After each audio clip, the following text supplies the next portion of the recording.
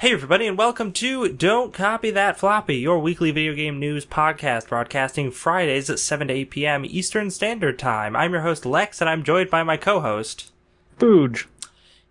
It's been a reasonably slow week for video game news, because E3 is right around the corner, but luckily for you, we didn't broadcast last week, so we've got all sorts of news to catch up on. It is Friday, May 25th, and some of the news we have today includes, like I said, a mix of stuff from last week and this week, such as really sad news about a big deal person in the video game industry passing away, followed by some news from last week, including Cliffy B's company passing away. Oh, no. Yeah, that was too soon for that joke. That was bad. That's a little crass. Yeah, a little crass. Some press conferences announced from cool companies that I cannot wait to see. Also, games that have been pseudo-leaked, even though we kind of knew they were coming anyway. Followed by adult visual novels, the scourge of the internet. No. After that, we're going to be talking a little bit about Sony and its E3 plans, followed by Epic Games throwing around a whole lot of cheddar, and Nintendo gearing up to release another classic console. Finally, we're going to be talking about games that just came out and games that are about to come out. And yeah, so let's get into, let's do the bad news first and get into the serious and really awful story that we have to report on to begin our show. John Bain, also known as Cynical Brit, also known as Totalbiscuit, video game commentator and I want to say critic, opinion person, has passed away at the age of 33. He passed away yesterday, May 24th, I believe due to complications with cancer. Yes. So, this is horrible. Yeah. He is not old to pass away. It is quite young. He apparently was diagnosed with, I think, with cancer, bowel cancer, back in 2014. After fighting it for a little while, it went into remission, and then unfortunately it came back. And there was not much they could do at that point. It was aggressive, and the chemo wasn't doing anything. So that's what happened. And it's real tough. I mean, I didn't watch a lot of his stuff. I remember him mostly back in my StarCraft days as a shoutcaster. And he was super good at it. I remember him doing streams with Day 9 and stuff like that. He was super good at it. And I think that for a lot of people, he was super influential, super inspiring in the kind of the YouTube critic space, like how to kind of make a business out of being a game critic on YouTube. He was doing that. One thing is that he's been doing what he's been doing for a long time. I mean, he was, for over a decade. And I think a lot of people took a lot of inspiration from him in the way that he critiqued games. He was a harsh critic. He was a polarizing opinion. But from what I've heard from everyone, he was a super great guy, personally. So it sucks. It really fucking sucks. Yeah, I mean, the interviews I'd seen with him recently was he just kept talking about how, the battle was tough, but he was not giving up, and he was giving it his all to fight it because he felt like he needed to, and he felt like it was what he had to do. So I don't know why, but that just made me think he'll still be around for a while. Yeah, because he's clearly such a fighter. But horrible illnesses don't care how how tough you are mentally. They'll still just kill you. They'll just kill you because cancer's a fucking asshole like that. Also probably important to note that he, I think it was last year, retired officially from doing most of the stuff that he did, but he kept doing some podcasts and some streaming on a semi-regular basis, lower key stuff that he could still do.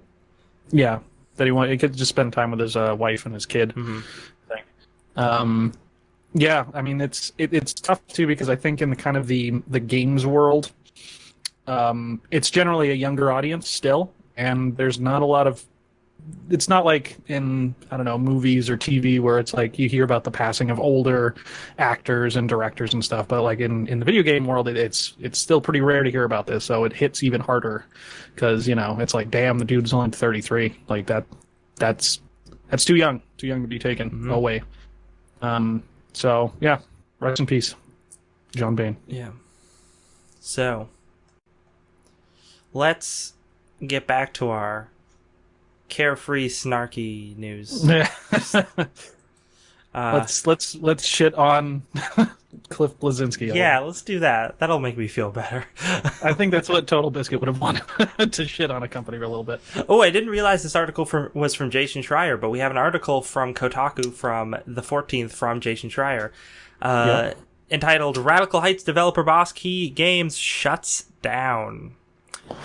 Uh-oh. So apparently Radical Heights, the thing that they pushed out extremely quickly and haphazardly because they obviously desperately needed money after Lawbreakers sort of sunk, was not pulling in enough money to save the company because the company shuttered real quick.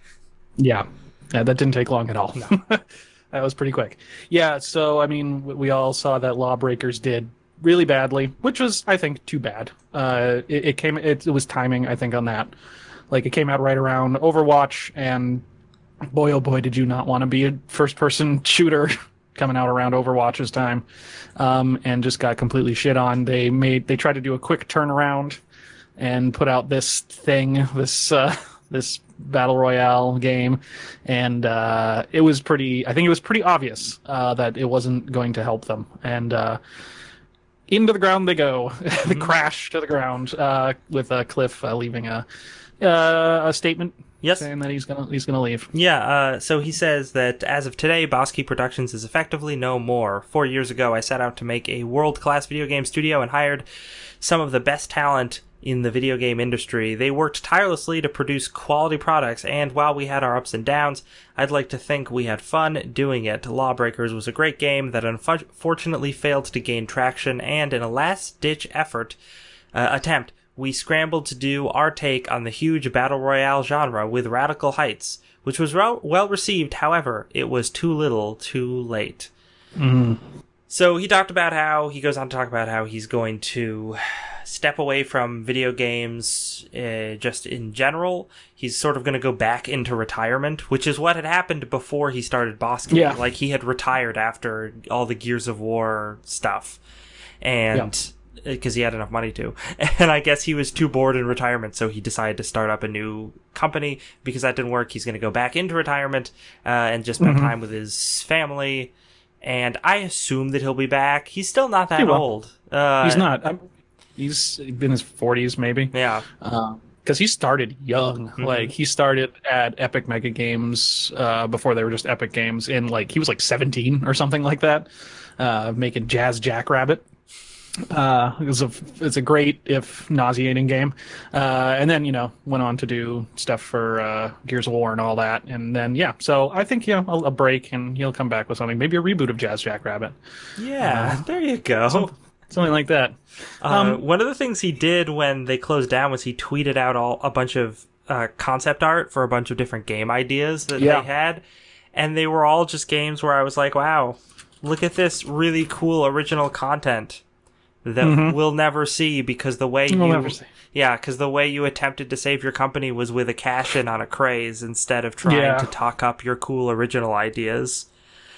Yeah, I mean, I would like to know. I mean, Jason Schreier will probably give it a month, and he'll have a whole scoop about about the closing of the company in depth. But I'd like to know what the finances really were, because if I didn't realize it was that tight, like that the investors, if they had investors or what kind of money they had coming in, couldn't allow Lawbreakers to fail without the whole thing shutting down, apparently.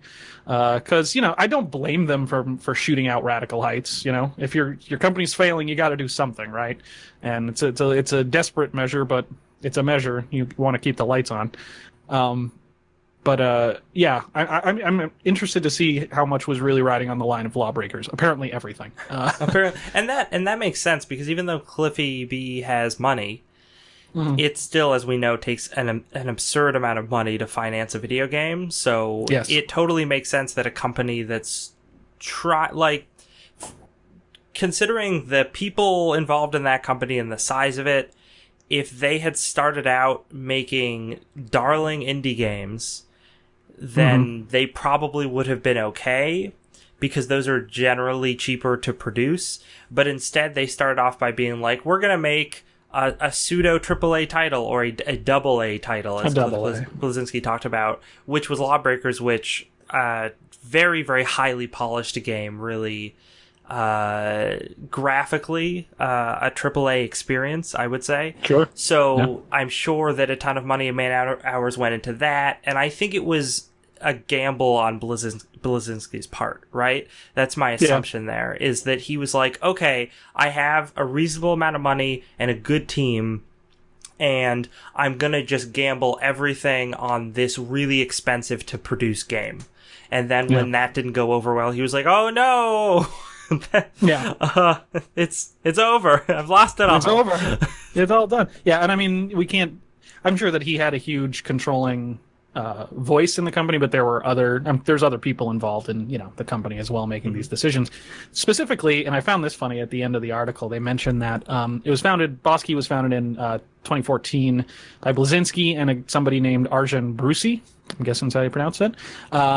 And Brucey left the company in 2017 to return to Epic, where he worked on the mobile version of Fortnite, the game that kind of buried Lawbreakers. And ironically, Fortnite was first announced by Blazinski at the Spike Video Game Awards in 2011, when he was still working on it at the time, probably. I find it funny. I find it the little turn of fate there with Battle Royale. We all break under its wheel eventually. Oh, Battle Royale. Oh, Battle Royale. Oh, we will control the future. Story that didn't make it into the lineup, but I guess the next, what was it? The next Battlefield game? Oh, no, I guess it was Call of Duty. Is going to have like a Battle Royale element. Yep, it's going to be Battle Royale and no single player. Gross. Yep. And they, Activision made a real, I almost was going to put it in the stories, they made a real businessy statement about it, and it was classic Activision stepping it back bullshit, where they're trying to make it sound like they're like, well, things didn't, it's our strategy and this, and it's just like, no, you guys just didn't have the time. Like, that's all that happened. But yeah. Speaking of gross stuff, though, did you ever see anyone bleed out of all of their face on stage before? Because I have. That was Devolver Digital's last E3 press conference. Yes. And man, it was glorious. Yeah. Yes. So apparently they announced last week that they are going to be doing another one this year, and I cannot be more excited. This week, the update to that was that they are apologizing in advance, and they revealed the conference date. Yeah, with like an illustration of the woman with bleeding from her face. Yeah. Yep. It's wonderful. That was a huge surprise last year. That everyone, I watched the E3 press conferences as they happen, and I thought it was weird in the first place that Devolver was having one, and I was just like, oh, that's strange. Like, they're not really that big of a company. How many games really can they be working on to have a whole press conference? And then it started, and I was like, what the fuck is going on? And I think everyone was like, what the fuck is going on? And then it just spiraled out of control into madness, into a piece of art, really, is what it was. Yes. It turns out it wasn't really about the games. It was just about the performance, about the art, about the publicity, really. It was just a way for them to be like, here's a prime time slot in a big event, and we're going to just do something crazy and attention-grabbing during it so that people will be like, Devolver Digital, I know the name of that company. And then the next time people are going through Steam looking for games, they're like, hey, Devolver Digital publishes this. I will check out this game. Because they put on a crazy press conference. They do. And it was skewering. It was making fun of other E3 press conferences, which is kind of genius. It was great. The one thing I'm glad that they're doing it again, and I hope that I can't wait to see what kind of crazy shit they've thought up. But I do think it has lost a little bit of that surprise that the first one had. Like you'll never have that again, because we're kind of expecting something. So hopefully they subvert expectations again. I think they somehow. will. Because man, they're just wacky people. Mm-hmm. So I feel like they have something. I feel like they wouldn't be trying to do it again if they didn't have a cool idea for it.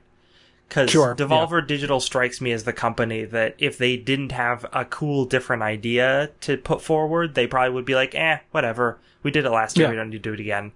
Yeah, they're a unique company in the industry. They kind of seem to do whatever the fuck they want and just still get away with it. They put out cool games. They do. They put out really cool games. A wide variety of very cool indie games. They're almost exclusively pixel art games, but they're all different within that indie pixel art genre. It really started with Hotline Miami. That was, I think, the big one that really shot them into the moon. Mm-hmm. And then they just kept going with a lot of crazy stuff. Did they do Enter the Gungeon? Did they produce that? I think so. Yeah, it seems like they would. But yeah, so it's going to be Sunday, June 10th at 8 p.m. Pacific, 11 p.m. Eastern, other times in other time zones.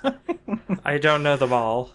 What about Central Russian time? Yikes. What about one of the 16 time zones Russia has? Can you tell me what this is in Philippines time? Yeah. Please. So I'm excited. I'm very excited to report. Oh, also, I guess I will mention now, although we're talking about E3 later as well, but Chris and I have decided that we are going to attempt to watch as many of the press conferences live as we can and provide live commentary on Twitch. So get ready for that. Get ready for that. I'm going to get real drunk. Yikes. It's gonna be a blast, Lex. No, I love watching I've always loved watching the press conferences sequentially, and I usually do it with some friends, and we have some drinks and just have a little party. It's a little watching party. It's our Oscars. Yeah, it is. It's our way overly long trying to sell you something Oscars. Yes. No, so, Lex, obviously our Oscars are the Game Awards, and go fuck the Oscars, obviously. Obviously. Yeah. Hey, listen, A Way Out was really good, so... Yeah. Obviously, he knew what he was talking about. Yeah, fuck the Oscars. So... They should get that guy. They should get that guy for the Devolver show. Oh my god, they should! Yeah. Yeah. Did Devolver produce A Way Out? I don't think they did. I'm almost positive they didn't. But if they did and they got that guy, they just told to get drunk before he does the video? Yeah, just get a bunch of cocaine and Hennessy and see what happens. Maybe that's the whole thing. Like, it's not produced. They just get this guy fucked up and then put a camera That would be so good. Yeah, for an hour. My goodness. See, and this is the thing, right? Because I will bet you anything that Devolver Digital, in order to up the ante, is having the same conversation we just had internally, where they're like, what if we just do something crazy like that? So it doesn't mean they're going to do that, but they've definitely considered it. Oh, yeah. Yeah. Something like that. So, that's great. Moving on to more wholesome news. Yeah. I hope that the Nintendo press conference is equally as bloody and disturbing as the Devolver one. Oh, we can only hope. So, last week we found out that Pokemon for the Switch rumors leave fans guessing about the next game. So last week there were a bunch of hints about the Pokemon main title for Switch. They're all rumors, so none of them are necessarily to be believed. Supposedly it's called Pokemon Let's Go. Sure, that seems like way too close to Pokemon Go. But it's going to highlight the characters Pikachu, obviously, and Eevee this time, because Eevee's just, I don't know, another cute Pokemon. Yeah, most of them are. Yeah, most of them are, except like Coughing, I guess. Yeah, Mr. Mime, Grimer. grammar. I mean, Mr. Mime is just horrifying. Yeah. What was the like, who was the lady racist version of Mr. Mime? Oh, shit. I'm Because gonna have to look she that was up. also horrifying. But Let me put in racist Pokemon. oh no. Well, the Japanese are often unintentionally extremely racist. So Yeah, Jinx. It was Jinx, oh, that's yeah. and she was in blackface. Mm-hmm. And in the Japanese version, it was in the American version, it's like kind of a purplish color, but in the Japanese version, it is like a straight up like minstrel thing. Yikes. Because the Japanese don't have context for that horrible shit the way that America does. So Anyways, these are supposedly Pokemon Go Pikachu Edition and Pokemon Go Eevee Edition. They would be coming this fall, and obviously they would be the first Pokemon games to hit the Switch console, which everyone is very excited about. We've got a leaked logo that is a bunch of Japanese text and then the words "Let's Go" in a fun font with a Pokeball instead of an O after the G. Yay. Cute. Yay. Classic Pokemon move. Mm-hmm. What was some of the other things that were interesting about this? I don't remember. It's not important. The thing was update. I guess the update for this week is that there is all of this is conjecture. Mm-hmm. A lot of this was being shared around on Reset Era, and a lot of people were like, that logo looks a little maybe like it's not real.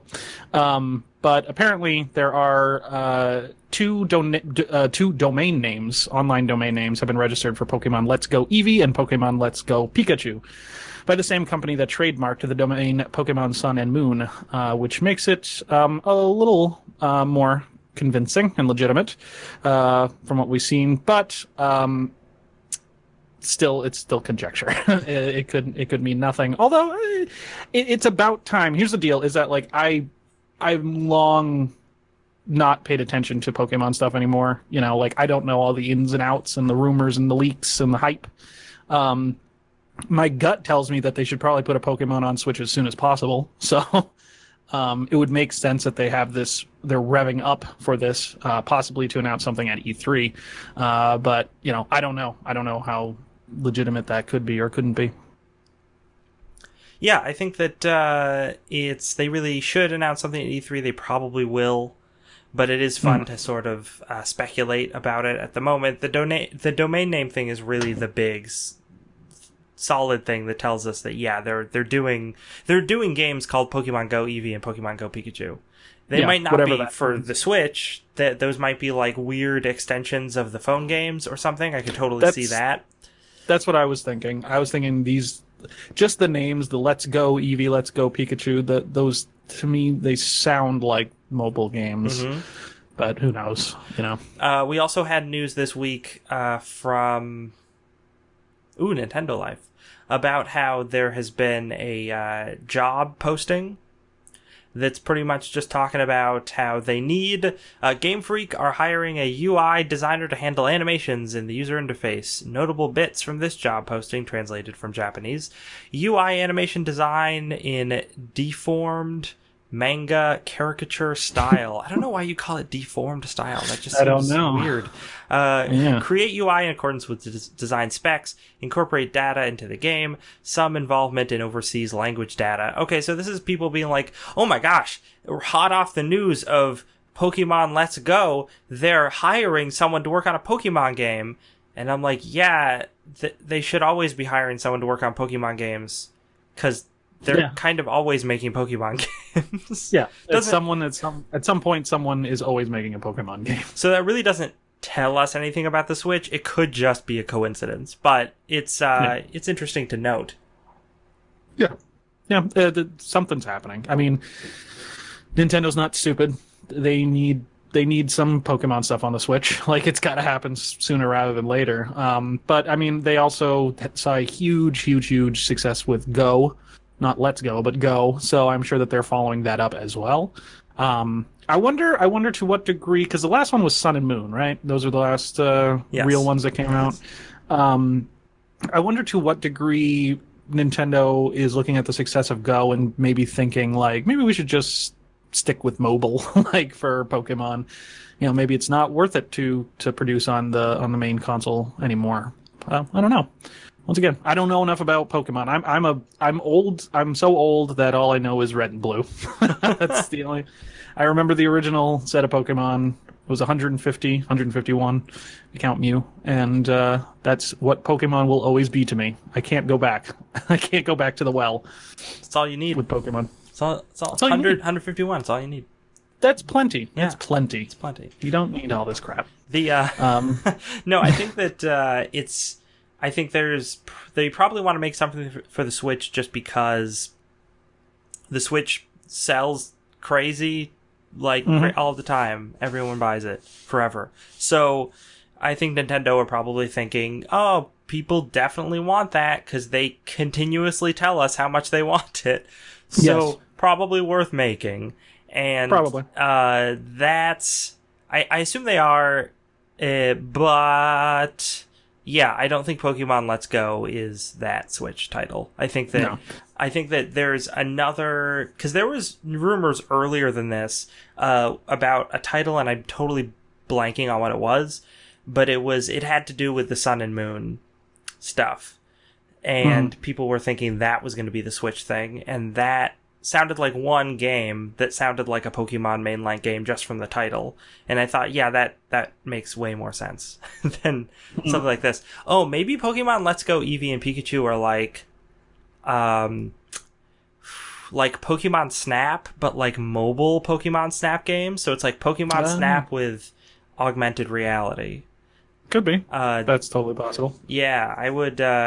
I wouldn't be interested in that, but that would probably do really well for them. Maybe they're pet care games like old, what was the old Pikachu little Tamagotchi thing? I was thinking of Nintendogs. Or Nintendogs, same idea. Mm-hmm. Could be, perhaps. This also goes back to something I think I've said this before, and I remember reading about it at some point, is that Nintendo tends to let Game Freak kind of do what they want. Apparently, there's not a ton of oversight. And there is, oversight in as much as a publisher kind of handles a developer, but from what I've heard, Nintendo tends to let Game Freak make their own choices and kind of set their own course. So it could be something that we're not even thinking of, because Game Freak does some weird shit sometimes with the Pokemon franchise. All right. So speaking of shit, I can't think of it. I was gonna say, speaking of weird shit, which you just weird said. Shit, yeah. Have you ever heard of adult visual novels? Never. Never have. Nope. I have no idea what pornography is. I'm a pure boy. So yes, we found out never nude. Tobias Funke cameoing in Infinity War. So apparently the adult visual novels to be censored further or removed from Steam, developers say. This is a story from Polygon from May 18th, last week. Mm-hmm.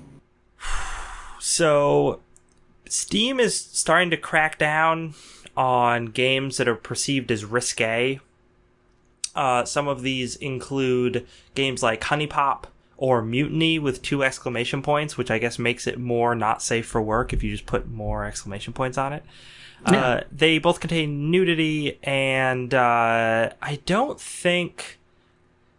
I don't actually know about these games in particular, but I know from reading stories about this stuff in the past, when there were not safe for work style visual novel games on Steam, typically the way it would work is there wasn't actually any straight up sexual content in the base game, because that would be against Steam's rules. Instead, you would buy the base game, and then you would basically buy DLC from the game maker's website that gave you the explicit content. That could be. The only one, I don't know what Mutiny is. I do know Honey Pop. I've seen Honey Pop being played. I don't own it myself. Sure. I know. Pull on my collar. No, it looks kind of boring, actually. It's like a match 3 puzzle game, and if you do it enough, you get to see anime boobs. Like, that's pretty much what it is. Mm-hmm. From what I've seen, I've watched a Let's Play of it, and there's in the base game, there's no, like, hardcore sexual shit. It's just, like, if you court one of the ladies long enough, they send you like risque pictures in them in like lingerie or something like that. Mm-hmm. So it's not, it's not crazy over the top pornography type stuff. I don't know about Mutiny though.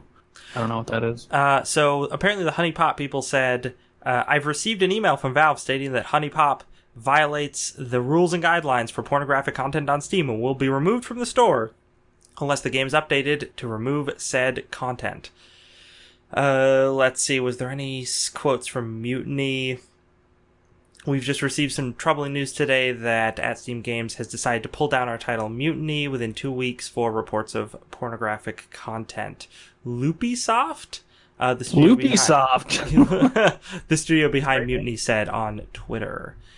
Let's see. They went on to explain in the thread that the studio has worked closely with Valve, according to tweets, and was told that softcore nudity was allowed on Steam, which did seem to be one of the things Steam allowed, because Steam is like not well regulated at all in a myriad of ways. So you'd kind of assume that like, yeah, you could probably get away with some softcore porn because like they don't seem to give a crap about a lot of different things people get away with on there, like skin gambling, which ironically has nothing to do with pornography, or asset flipping.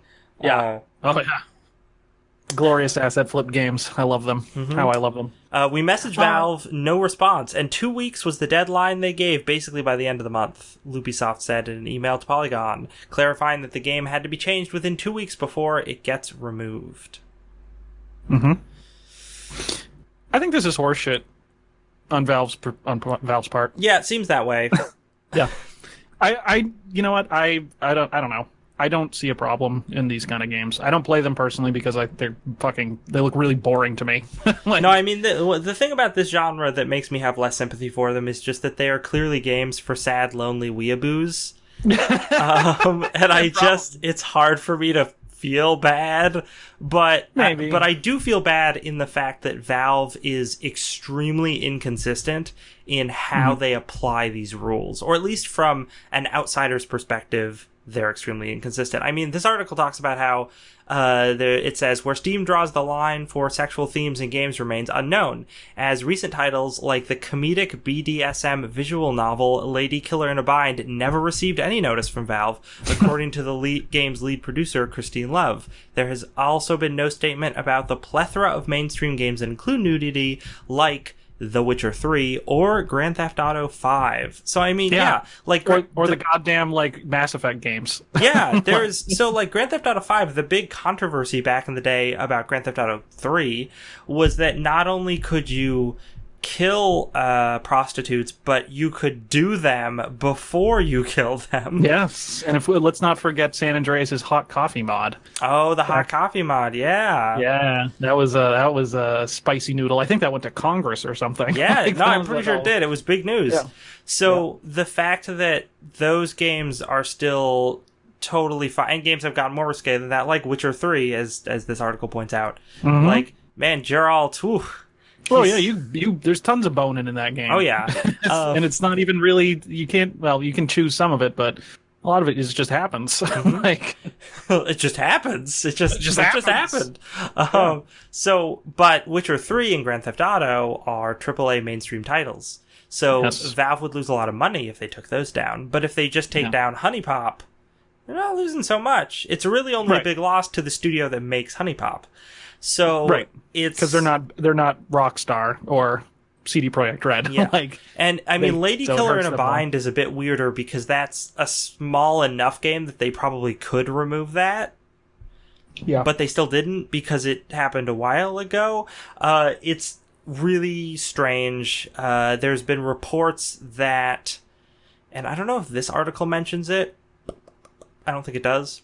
But there's an organization that I remember it is abbreviated as MIM, something in media, modesty in media. No, something else in media. But they're like an American right-wing organization that want media to have less sexual content in it in general, and one of the people they go after are video games. And there is sort of a lot of speculation that organization was lobbying Valve to do Oh, this. Jesus. But in that case, it's still weird because wouldn't that organization not be satisfied with just a couple of random, like, visual novels and, like, clicker games being taken away when, like, things like Witcher 3, the mainstays of Steam, have not been touched? That's like, I think that sounds like a organization that would not know what Mutiny or Honeypop is. Yeah, that's the thing about that confused me. So it feels like Valve is once again just dropping the spaghetti when it comes to their regulation, as they are wont to do, where they feel pressure from an organization maybe, and they're like, "Well, do something about it. We'll do this random thing that doesn't seem consistent or make sense at all. Yep. But look, we did it. Give us credit for that." Please give us credit. In an update to this story, spicy little update, visual novel publisher expands to GOG, says Steam is threatening livelihoods. This is from Tuesday, a couple days ago. And apparently this is the, let's see, Manga Gamer, which, what did they make? Now I can't remember. Is it, okay, I don't know. Never mind. Kindred Spirits? Oh, see, I thought it was one of those two from the first article, but I apologize. It was not. You didn't give me this article, Lex, so I don't know. No, I mean, I'm not going to share all my news with you, nor am I going to read all the articles I talk about on the show. I'm just going to throw articles up there. That's how it works. Sure. That's how it works in... real respected games journalism. See, that we were actually going in the same direction, and I realized you were going to do that, so I just let you do it. But yeah, I was going to say that's how real video game journalists do it. Yeah. Yeah, come on, Jason Schreier, catch up with the times. I know, right? Why are you so informed and well-researched? Get out of here. Get the fuck out of here. So, this is, basically people are trying to go over to GOG visual novels because a lot of different people who make sort of anime visual novels with cute girls in risque situations feel threatened by Valve's recent decision. Mm-hmm. And this company in particular has an amazing quote, which is, Steam has now proven that it's growing unreliable for small and independent developers, so we are very grateful to have the next biggest retailer in the PC market welcoming visual novels with open arms and an eye for quality. An eye for quality. No, I think all this is good old games looking at this like, we don't know why Valve are stupid and just cutting out these random games. So, I don't know, we'll make money off of them then. Why not? And GOG is owned by none other than CD Projekt Red, who made The Witcher 3. So maybe it's a conglomerate. Maybe it's like Eyes Wide Shut up in here, but with video games.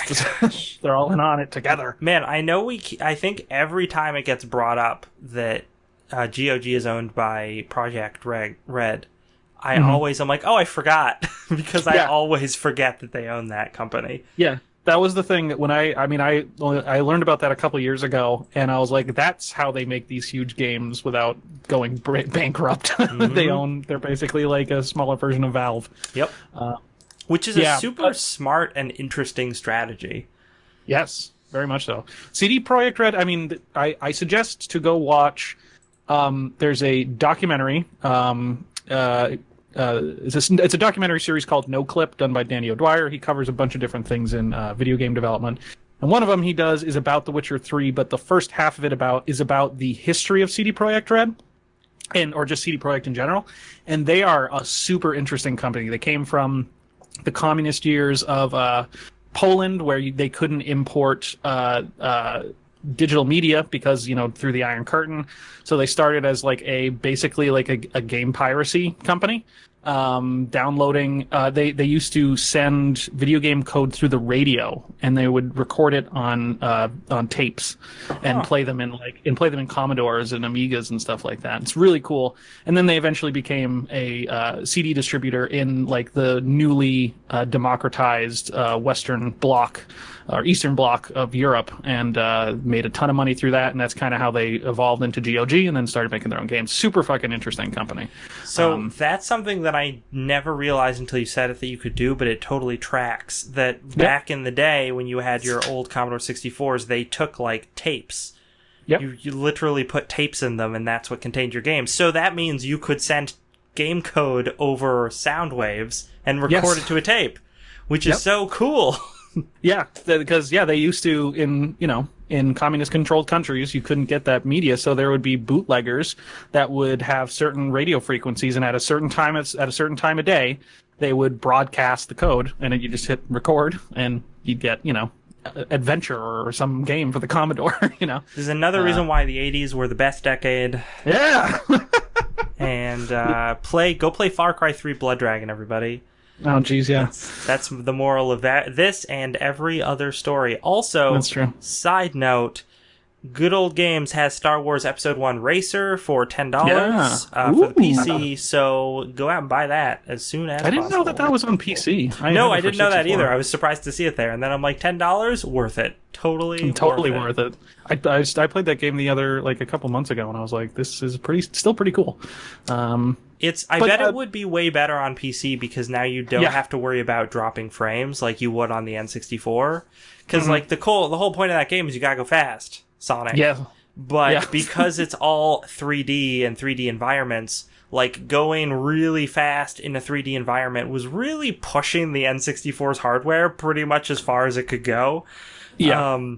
So I bet playing that on a PC, you get all those frames, get that buttery 60. Ooh, buttery 60. Yeah. Last thing I want to say about this visual novel stuff is leave him alone. I'm not a prude or anything like this, but it's just people know what they're getting when they're buying these visual novels, and there's a crowd for them. So just let them do what they want. Who cares? They're just sad weeaboos. Just let them be. And honestly, the thing I was going to say is that it's no different than how a lot of people play Mass Effect. A lot of people play Mass Effect just for the alien romance. And it's no different. You go through a ton of dialogue, making choices, and then you bone an alien. So I don't know. To me, I just don't see it's fine. Just let it happen. Video games are better when they're the Wild West and not, stamped down upon, I think. I think it's better when there's weird outliers on the edge. Because you get crazy, interesting things. You get things like Doki Doki Literature Club that came out last year, which it had the facade of a visual novel, but it was not that when you started playing it more and more. And it was a super interesting narrative experience. Yeah. And you wouldn't have that if people couldn't make the actual slutty visual novels. For sure. Now, speaking of slutty visual novels, let's talk about Sony. Let's talk about Sony. Yeah. That has nothing to do with it. No. This is from GameIndustry.biz. Sony prepares for the final phase of PlayStation 4's life cycle. This is from Matthew Handrahan. Sony's management has told investors that it is now entering the final phase of the PlayStation 4's life cycle, with the company as a whole primed to focus on expansion to the PlayStation Network. CEO Kenichiro Yoshida led a presentation in which Sony's management team laid out its midterm strategy for analysts and investors. For the game and network services division, the financial target is between 130 billion yen and 170 billion yen operating profit by the end of March 31st, 2021. And Sony's executives suggest that services and hardware would not be the primary source of that money. According to a statement from Wall Street Journal reporter Takashi Mochizuki, who attended the event, Sony Interactive Entertainment John Kodera said that PlayStation 4 was entering, quote, the final phase of its life cycle, with unit sales set to decline from here on out. Kodera said that Sony would be investing in more exclusive games from PlayStation platforms, including both new IP and refreshing existing IP, rebooting. However, he described the period leading up to March 2021 as a time for SIE to crouch down while preparing for more growth after that point. PlayStation VR was given more measured appraisal, with Kodera stating that VR's growth is below market expectations, no duh. Indeed, in slides accompanying the presentation, PSVR was placed alongside PlayStation View and the mobile-focused ForwardWorks as challenging areas in need of improvement. I don't know what ForwardWorks is. No, I'm not sure either. But it's mobile-focused, so must be exciting and certainly not a scam at all. Totally not. At the end of the presentation, Kodera noted that Sony's perspective on games business has shifted from emphasis on selling millions of units to emphasis on engaging millions of MAUs. Does it say what MAUs mean? So I had to look this up. Oh no. Because I just didn't know. Apparently, it means monthly active users. Oh, so it's more industry jargon. We should try and use that. MAUs. Yeah, MAUs. Mouse. Gotta get my mouse up, bro. Do you have enough mouse for this game? I don't. Apparently, like Lawbreakers didn't have the mouse. Didn't have the mouse. Didn't have the mouse. Yikes. But basically, that means subscription money coming in monthly. This is not too surprising. This is kind of tracks with what a lot of people had been rumoring, that PlayStation 4 was going to be put out to pasture relatively soon. They kind of confirmed that it's time to move on. PlayStation 4 is having and had an amazing console generation, and it's time to do something new. And that's totally fair. It's certainly been quite a while. They've been the head of the pack for a long time, so I think they're very smartly thinking, okay, we don't want this to get too stale. We should try and do something else. Right. But this doesn't. Do you think that this means they're going to announce new hardware soon? Yeah. Really? Mm-hmm. I mean, I think they'll announce it 2020. I'm guessing 2020. I was going to say by March 31st, 2021. I mean, we'll all be robots anyway, so who cares? That's very true. But yeah, okay. 2020 sounds reasonable to me. I'm just thinking yeah, that sounds like a perfectly okay timeline. If you had said before that, and we've talked about this in the past when there's been speculation about the PS5, if you said before 2020 to me, I would say nah. Seems ridiculous given what sales numbers look like. Yeah, I don't think it'll be... I mean, it's crazy to think that it came out almost 5 years ago.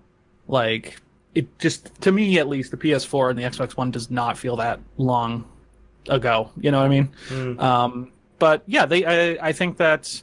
And this is also... I mean, it's doing incredibly well. People are still playing the PS3, for fuck's sake. And, it's like... They don't... It would behoove them to come out with something while they're ahead of the game and hopefully kind of continue being ahead of the game.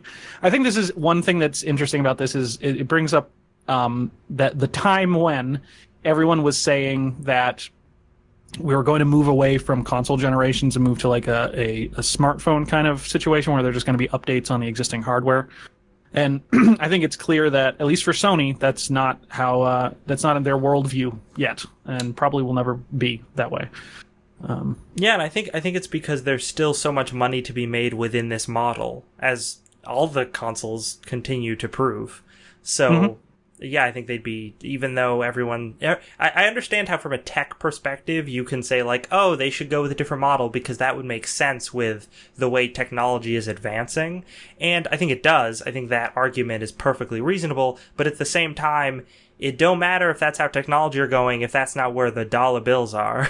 And the dollar bills are still in the old model. So I don't really see that changing anytime in the next...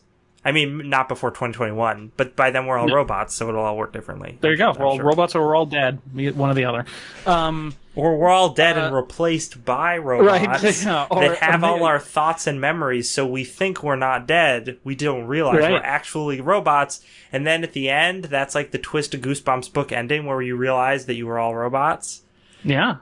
But I mean, philosophically, Lex, are you alive if you're a robot? Yikes. Get this Turing test out of here. Oh my god. Let me pull up my void comp machine. I've seen fire ships off the arm of Orion. That was a horrible butchering of that quote. I know, whatever the fuck it was. Battleships on fire off the shoulder of Orion. Get it right. Doesn't matter. That movie sucks. Listen, go play Far Cry 3 Blood Dragon. and get some mouse. Speaking of mouse, you know what game's got a lot of mouse? Got mouse up the butt is Fortnite. Yes. And they got so much what did mouse stand for? Monthly something users? Monthly active users? Yeah, monthly active users. They're making so much money off their monthly active users that they apparently have $100 million to just pour into an esports prize pool. Sure. So this is kind of crazy. Like, I understand that esports are rapidly growing and becoming a big thing, but and I don't remember if it's mentioned in this article, but this is, the amount they're putting in is bigger than the prize pool of, I think, all of the other major esports combined. It's madness. It's so much money. And that tells us one of two things. One, that tells us two things. Two of two things. One, that Fortnite is making money hand over fist and has money to burn, and also that they are willing to take those big risks because they are fairly confident that it'll work out. Yeah. And I think it's smart positioning. I mean, as we've reported a lot lately with esports in general, is that they just keep growing. So it's really not about if you can spend too much money in them. It's about who has the most money to spend in them. Yes, and there would be few companies that could spend more than Epic. I mean, do not forget, they make the Unreal Engine. They are swimming in cash even before Fortnite. Mm-hmm. They're doing just fine. And according to this, what was it? Yeah, according to Sensor Tower, they have estimated that they're bringing in about $1 million a day through its mobile platform alone. Through their mouse. Brought it's all those mouse and those MTXs. Yes. Mouse and MTXs. So they're bringing in over $1 million a day just on the mobile Fortnite, and they brought in over $126 million on console and PC in February. So they are swimming in cash, quite literally. And honestly, a lot of this is probably just they need places to spend money. Like, they're looking at, their finances, and they're like, we got to spend fucking more money or we're going to get killed in taxes. Like, we got to start spending the cheddar. And this is what it is. I can totally understand. And I mean, because like you have like the international, which is comparably a large prize pool. Once again, it's a company that can do it. That's, it's Valve. They're able to pull stuff off like this. And I think it's Epic just, kind of waving their cash wad in the air and being like, hey, we're big players too. And, pay attention to us. And their game's popular enough to do it. So. Yeah, totally. So, cool. Good job, Epic, dominating everything. Battle Royale. We're all going to turn into Battle Royale robots. By 2021. We're going to be robots that simulate Battle Royale games in our computational centers. We will be built to be the mouse. Yes. They will... Doesn't work. Okay, let's talk about... Become the mouse. Let's talk about Nintendo. Yes. Oh my gosh, there's a side story next to the story about Mario being bald. And it's not the fact it's not the missing of the mustache that's unnerving. It's the missing of the eyebrows. The eyebrows. Yeah, the eyebrows makes it weird. He could be mustacheless. He looks like a younger man, that Mario. How do you think? How old is Mario? Do you think canonically? Oh, he's got to be in his 40s, right? Yeah, you think so? Mm-hmm. Early 40s. With a full mustache like that. Yeah. But that's not what the story is about. The story is about the classic mini N64. Yes, and it's the thing. This is a story about the thing that everyone knows is going to happen. Yeah. So there's evidence. Apparently, Nintendo. So everyone is expecting. We've had the NES Mini. We've had the SNES Mini. Everyone's like, okay, N64 Mini is next, and this apparently, according to the website Japanese Nintendo, they've spotted that Nintendo has registered a trademark application for both the console's controller and its games, which in turn follows a trademark of the console's controller in the style of the existing classic Mini logo. Trademarks don't mean anything sometimes, because companies put out trademarks for everything under the sun just to cover their asses. But this makes total sense. I think everyone thinks this is going to happen. And it's about the right time, too. I mean, they're probably going to gear up production for this for the holidays. Mm-hmm. So they'll produce it through the summer, and bada boom, bada bing, make another boatload of money because they're Nintendo and they're on a roll lately. Yeah, maybe during E3 they'll announce the Mini 64. That makes sense. The big thing that was troubling for this, and they mention it kind of here, But a big problem for them is that a lot of Nintendo 64's biggest titles were licensed titles, part of like other licenses, and a lot of them were rare games. Yeah, which a is lot not of back when rare games were like real good. Yeah, and Rare is owned by Microsoft now, so there's little chance that they would play ball with that. Although the whole industry has seen how good the NES and the SNES has done, how much money it's made. So I would imagine it'd be enticing for the licensees, the licensors rather, to play ball and be like, yeah, we'll give you the license for a lot of money to get on the N64 Classic. So we'll see what kind of games show up on it. It's going to happen eventually. So it's just whether or not games like GoldenEye and Banjo-Kazooie are going to be on it, you know. Yeah. I hope that it doesn't. I hope that it actually, when it ships, it's just the controller, like not the box. It's just all the ROMs are loaded into the controller and just plug it in. And what's that extra controller handle for? It's just for all the ROMs. There you go. Makes sense. Because I think unlike like the NES and the SNES, where I think the console and the controller are equally iconic, I think really with the N64 it's the controller that's iconic. It's because it's so dumb. It's just so incredibly dumb. Yeah. It's the Trident, man, you know.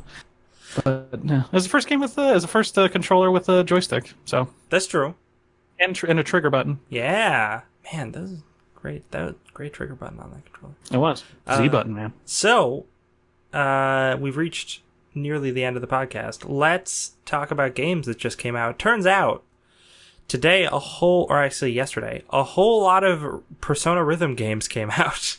Yeah. Who knew? Persona 3 Dancing Moon Night, Persona 4 Dancing All Night, and Persona 5 Dancing Star Night all came out for the PS4 and some for the PS Vita. I think these were, well, Persona 5 is probably new, but I think the other two were for earlier consoles, I believe. I don't know the Persona not confusing naming scheme at all, though. With those those games. Dancing All Night is the only one that sounds good. The rest just sound weird. Star Night and Moon Night, which go together but still don't sound good as titles. No, strange. Probably bad translation. Let's see here. Yeah, that's probably it. Fucking Bloodstain, Curse of the Moon. Speaking of moons, yeah, Bloodstain, Curse of the Moon. It's a game that's part of another game.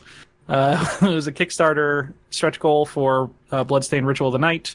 The original maker of Castlevania Symphony of the Night is making a new version of that, but as the stretch goal, they said that they would make a 8-bit version of the original Castlevanias, and that's exactly what they did. And I've been playing it, and it's fucking awesome. Made by Inti Creates, the people behind some of the more recent new retro games, and it's super good. Go play it. It's only $10. Only $10. The same price as Star Wars Episode 1 Racer for the PC. So we've also earlier this week we had games such as Stardew Valley for the Vita. Man, everything's coming out for the Vita. Everything's coming up Vita these days. Everything's coming back. It's come back to life. The Vita is coming out again. The Mega Man Legacy Collection 1 and 2 came out for the Nintendo Switch. Some people were looking forward to that. The Elder Scrolls Online Somerset expansion came out for Windows and Mac. People were looking forward to that. What else? Dark Souls Remastered. Oh, yeah, so today we had Dark Souls Remastered for Windows, PS4, and the Xbone, and Detroit Become Human for the PS4 came out today. Can't wait to see those reviews. Haven't looked at any yet. They've been on the low side of high. Oh, that was a misleading statement. Well, the ones that I saw, IGN, it gave it an 8. I think it's generally in that area for most people. So not masterpiece, but not horrible either. All right. Pretty much where I figured it would be. Well, I'm sorry to say that we're going to have to end it here because I got places to go and people to see. Also, it is almost exactly an hour, and I would love to end on time for once in my life. So this has been Don't Copy That Floppy, a video game news podcast broadcasting live Friday 7 to 8 p.m. Eastern Standard Time on twitch.tv/DCTF podcast. If you want to follow us, you can find a show archive on our lovely benefactors, chipbit.net. Check out some of their other stuff on there too. And on iTunes, just by searching Don't Copy That Floppy. If you're on iTunes, leave us a rating and review. We'd really appreciate it. If you want to follow us on Twitter, where we usually post when we're about to go live and when a new episode has come out, our handle on there is @DCTF Podcast. And if you have a whole lot of money and really want to support the show and you just don't know what to do with all that money, you can head on over to our Patreon page and give us all that money every month. You get access to bonus content, basically more podcasting stuff, and it's Dan and I talking about all sorts of weird things, movies, TV shows. Oh my gosh, we're going to talk about Thundercats Roar this month. And what's that? You look it up. Look it up, and your face is going to look like that Devolver Digital lady by the end of it. But that's pretty much it for us here. I have been your host, Lex, joined by my co-host, Booj. And until next time, what do people have to remember? I've copied floppies off the shoulder of Orion, Lex. Sorry.